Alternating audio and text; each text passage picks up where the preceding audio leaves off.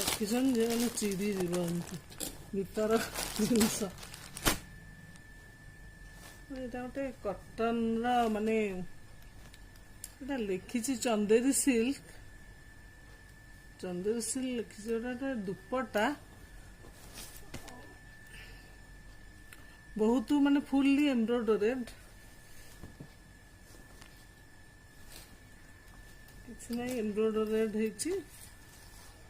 ଆଚ୍ଛା ଏଇଟା ଆକ୍ଚୁଆଲି ଏମ୍ବ୍ରୋଡରେଡ୍ ଫୁଲି ହେଇଛି।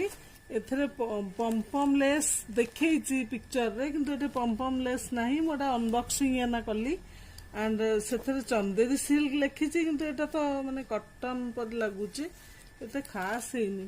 ପ୍ରାଇସ୍ ବି ବହୁତ ଅଧିକା, ତ ଏତେ ଗୋଟେ ଖାସ୍ ହେଇନି।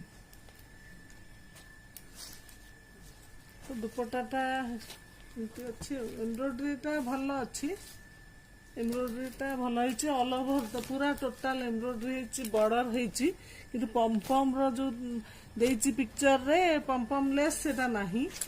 ତ ଏତେ କିଛି ଖାସ୍ ହେଇନି। ପ୍ରାଇସ୍କୁ ଚାହିଁ ଜମା ଭଲ ହେଇନି। ଠିକ୍ ଅଛି ଏଇଟା ଓକେ। ୟାର କଲର୍ ଅପସନ୍ ବହୁତ ଅଛି, କିନ୍ତୁ ମତେ ଭଲ ଲାଗୁନି, କାହିଁକିନା ଏତେ କ୍ୱାଲିଟି ବି ଏତେ ଭଲ ନାହିଁ। ଏମ୍ବ୍ରୋଡ୍ରି ଓକେ ଅଛି, ୟାର ଫ୍ୟାବ୍ରିକ୍ ବି ଭଲ ନାହିଁ। ପ୍ରାଇସ୍ଟା ଅଧିକ ପୁରା।